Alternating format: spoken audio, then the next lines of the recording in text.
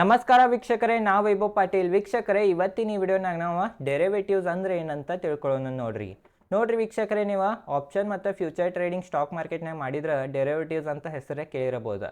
ಯಾಕಂದ್ರೆ ಆಪ್ಷನ್ ಮತ್ತು future trading ಐತ್ಲಾರಿ ಇದ ಡೆರಿವೇಟಿವ್ಸ್ನಾಗನ ಬರ್ತೈತಿ. ಡೆರಿವೇಟಿವ್ಸ್ ಅಂದ್ರೆ ಏನಂತ ನಾವು ಈಗ ಸಿಂಪಲ್ ಆಗಿ ತಿಳ್ಕೊಳ್ಳೋಣ ನೋಡ್ರಿ ವೀಕ್ಷಕರೇ, ಡೆರಿವೇಟಿವ್ಸ್ ಅಂತಂದ್ರೆ ಏನಂತಂದ್ರೆ ಒಂದು ಎಕ್ಸಾಂಪಲ್ ನಾವು ತಿಳ್ಕೊಳ್ಳೋಣ. ಏನು ಎಕ್ಸಾಂಪಲ್ ಅಂದ್ರೆ ವೀಕ್ಷಕರೇ, ಸಕ್ರಿದ ತಗೋರಿ. ವೀಕ್ಷಕರೇ, ಈಗ ಸಕ್ರಿದ ಬೆಲೆ ಏರಬೇಕು ಅಥವಾ ಕಡಿಮೆ ಆಗ್ಬೇಕಂತಂದ್ರೆ ಕಬ್ಬದ ಮ್ಯಾಗ ಡಿಪೆಂಡ್ ಇರ್ತೈತಿ. ಕಬ್ಬದ ಬೆಲೆ ಏನ್ರೆ ಏರಿತಂದ್ರೆ ಸಕ್ರಿದ ಬೆಲೆ ಆಟೋಮೆಟಿಕ್ ಇರ್ತೈತಿ. ಕಬ್ಬದ ಬೆಲೆ ಏನ್ರೆ ಬಿತ್ತಂತಂದ್ರೆ ಸಕ್ರಿದ ಬೆಲೆನೂ ಕಡಿಮೆ ಆಗ್ತೈತಿ. ಹಂಗ ವೀಕ್ಷಕರೇ, ಡೆರಿವೇಟಿವ್ಸ್ ಅಂತಂದ್ರೆ ಗುರ್ತಾತ್ರಿ. ಡೆರಿವೇಟಿವ್ಸ್ ಅಂತಂದ್ರೆ ಸಕ್ರಿ ಅಂತಂದ್ರೆ ಸಕ್ರಿಗ ಏನೂ ವ್ಯಾಲ್ಯೂ ಇಲ್ಲ, ಕಬ್ಬಗ ವ್ಯಾಲ್ಯೂ ಐತಿ. ಕಬ್ಬದ ವ್ಯಾಲ್ಯೂ ಏನ್ರೆ ಏರಿತಂದ್ರೆ ಸಕ್ರಿದ ವ್ಯಾಲ್ಯೂ ಇರ್ತೈತಿ. ಕಬ್ಬದ ವ್ಯಾಲ್ಯೂ ಏನ್ರೆ ಕಡಿಮೆ ಆತಂದ್ರೆ ಸಕ್ರಿದ ವ್ಯಾಲ್ಯೂ ಕಡಿಮೆ ಆಗ್ತೈತಿ.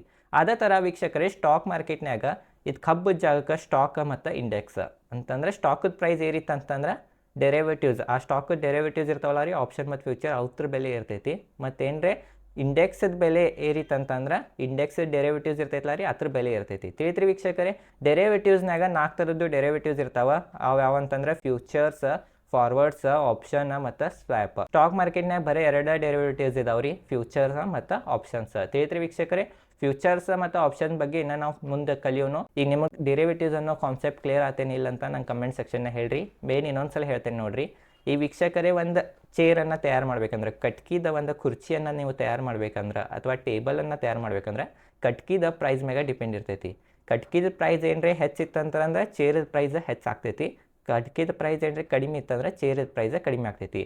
ಅದೇ ಥರ ವೀಕ್ಷಕರೇ, ಈಗ ಒಂದು ಎಕ್ಸಾಂಪಲ್ಲೇ ನಾವು ತಿಳ್ಕೊಳ್ಳೋಣ. ಇದೇನು ಬೈ ಸೆಲ್ ರೆಕಮೆಂಡೇಶನ್ ಇಲ್ಲ. ಈಗ ರಿಲಯನ್ಸ್ ತಗೋರಿ. ರಿಲಯನ್ಸ್ ಒಂದು ಅಂಡರ್ಲೈನ್ ಎಸೆಟ್ ರೀ. ಅಂಡರ್ಲೈನ್ ಎಸೆಟ್ ಅಂತಂದ್ರೆ ಈಗ ನಾನು ನಿಮಗೆ ಕಟ್ಕಿದ ಪ್ರೈಸ್ ಏರಿತಂದ್ರೆ ಕುರ್ಚಿದ ಪ್ರೈಸ್ ಹೆಚ್ಚಾಗ್ತೈತೆ ಅನ್ನಲ್ಲ ರೀ, ಅದು ಕಟ್ಕಿದ ಜಾಗಕ್ಕೆ ರಿಲಯನ್ಸ್ ತಗೋರಿ.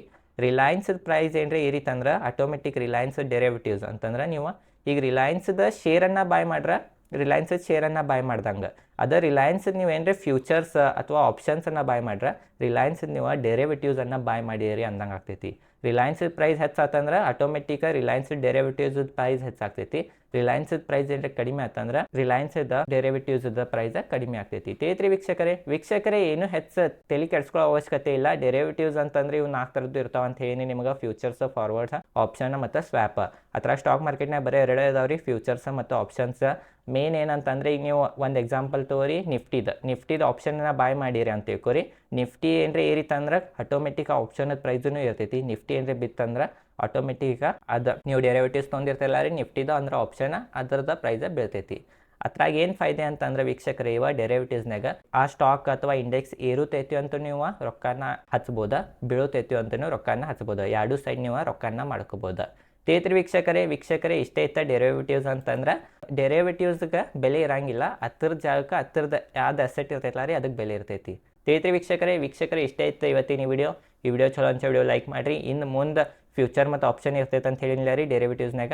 ನಾವು ಫ್ಯೂಚರ್ ಮತ್ತು ಆಪ್ಷನ್ ಅಂದ್ರೆ ಏನು, ಪುಟ್ ಕಾಲ್ ಅಂದ್ರೆ ಏನು ಅಂತೆಲ್ಲ ಇನ್ನು ಡಿಟೇಲ್ದಾಗ ಕಲಿಯೋನು. ಈ ವಿಡಿಯೋ ಚಲೋ ಅಂತ ವಿಡಿಯೋ ಲೈಕ್ ಮಾಡಿರಿ. ಚಾನಲ್ ಮೇಲೆ ಶೇರ್ ಮಾರ್ಕೆಟ್ ರಿಲೇಟೆಡ್ ಕಂಟೆಂಟ್ನ ವಿಡಿಯೋ ಮಾಡ್ತಿರ್ತೇನೆ. ಧನ್ಯವಾದಗಳು.